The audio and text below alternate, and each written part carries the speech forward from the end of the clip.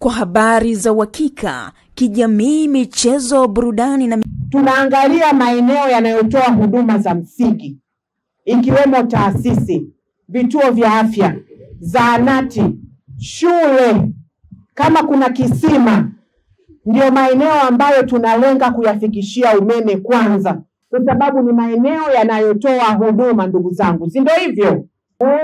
Tunataka kina mama wakienda kwenye kituo cha afya waweze kujifungulia maeneo ambayo yana umeme, zile mashine na mitambo ambayo inatumika iweze kutumika hivyo. Kama kuna chanjo ziweze kuhifadhiwa, watoto wetu wapate chanjo kwa wakati.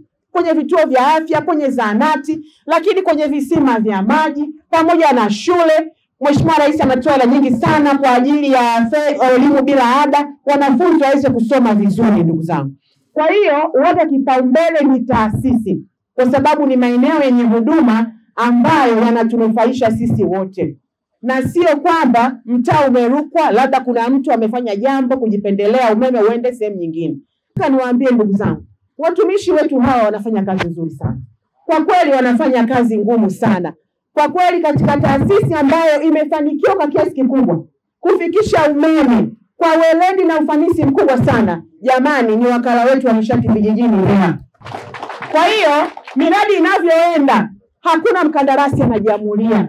Maeneo yamefanywa survey, tunakubaliana, miradi inaenda. Maendeleo ni hatua. Kwenye maendeleo tunapiga hatua moja baada ya nyingine. Hapa Ruangwa tumefikisha umeme kwenye kila kitongoji. Tunapofikisha kwenye kila kitongoji umeme, kazi inayobaki ni kazi ya usambazaji.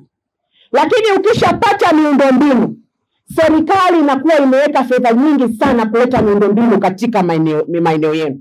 Kwa hiyo kwa kazi hiyo tu ya Mheshimiwa Rais kutafuta fedha, kuwakumbuka watu wa Ruangwa na kuleta miundombinu ili kazi inayobaki iwe ya usambazaji, kwa kweli Mheshimiwa Rais, ndugu zangu, anastahili maua mengi sana. Tumpigie makofi ndugu zangu.